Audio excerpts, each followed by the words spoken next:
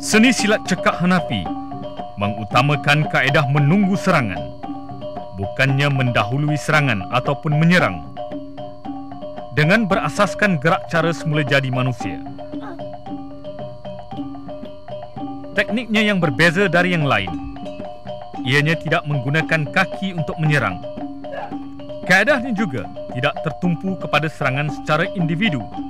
Malah kaedah menangkis serangan lebih daripada seorang dan serangan dari pelbagai sudut turut diajari dalam seni silat cekak Hanafi.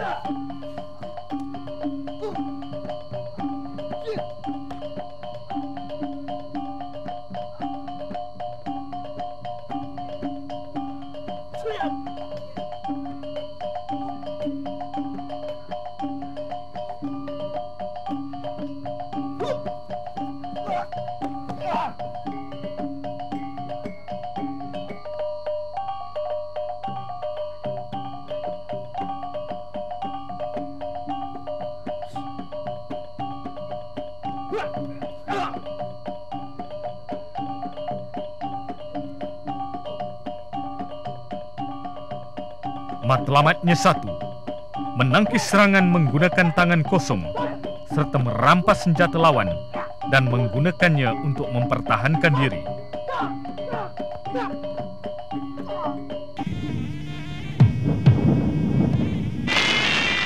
Silat papan sekeping dalam silat cekak Hanafi membuktikan seni bela diri ini boleh digunakan di ruang sempit atau pergerakan terbatas bersesuaian dengan kaedah asasnya, iaitu berdiri lurus. Mari kita saksikan. Dalam seni silat cekak Hanafi, setiap buah pelajarannya lengkap dengan tangkisan, pukulan, pemakan dan kuncian yang kemas. Ia boleh digunakan di tempat-tempat sempit seperti titi maupun di atas papan sekeping.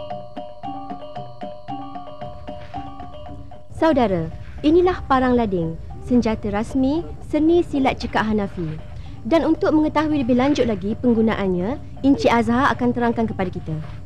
Encik Azhar? Okey, parang lading ini merupakan senjata rasmi bagi pengamal ahli-ahli Persatuan Seni Silat Cekak Pestas Hanafi Malaysia. Dan ianya digunakan semata-mata untuk mempertahankan diri sahaja. Dan ia amat berbeza dengan penggunaannya di utara tanah air. Boleh tak Encik Azhar terangkan hulu parang ni dibuat daripada apa sebenarnya? Okey, hulu parang ini diperbuat daripada kerbau betina. Kerbau betina? Ya. Dan oleh kerana ianya dibuat mengikut ukuran si pemakai, maka parang ini tidak boleh ditinggalkan atau dipinjamkan ataupun ditinggalkan sebagai senjata pusaka. Dia perbuat daripada kerbau betina tu, dia punya tulang ke apa? Daripada tanduk kerbau betina. Kerbau betina. Pada zaman sekarang ni, ada tak sesiapa yang tahu generasi baru ni untuk membuat parang lading ni? Okey, parang ni sebenarnya kita tempah khas oleh orang yang khas membuatnya sahaja, iaitu yang berada di negeri Kedah. Okay. Mana parang ini dianugerahkan oleh Yang Mulia Guru Utama Encik Mak Razif bin Haji Hanafi kepada ahli-ahli lama yang banyak berjasa, yang banyak memberikan sumbangan kepada persatuan.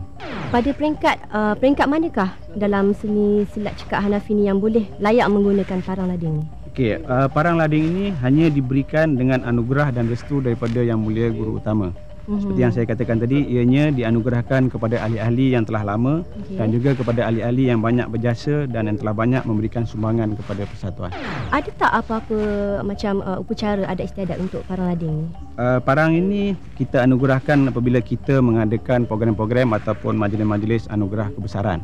Seperti majlis anugerah kecemerlangan dan program perayaan-perayaan kebesaran kita. Boleh tak Encik Azhar tunjukkan bagaimana cara-cara penggunaan parang lading ni? Okey. Parang lading ini digunakan khusus untuk mempertahankan diri. Jadi cara-cara untuk memegangnya adalah memegang ulunya di sini dan disorokkan di bahagian belakang tangan. Jadi kalau dulu-dulu di utara tanah air orang dia pakai baju Melayu, maka disorokkan di belakang tangan dan digunakan semata-mata untuk mempertahankan diri daripada berbagai-bagai jenis serangan. Begitulah saudara, keterangan daripada Encik Azhar tentang kegunaan parang lading yang begitu bermakna dalam silat cekak Hanafi.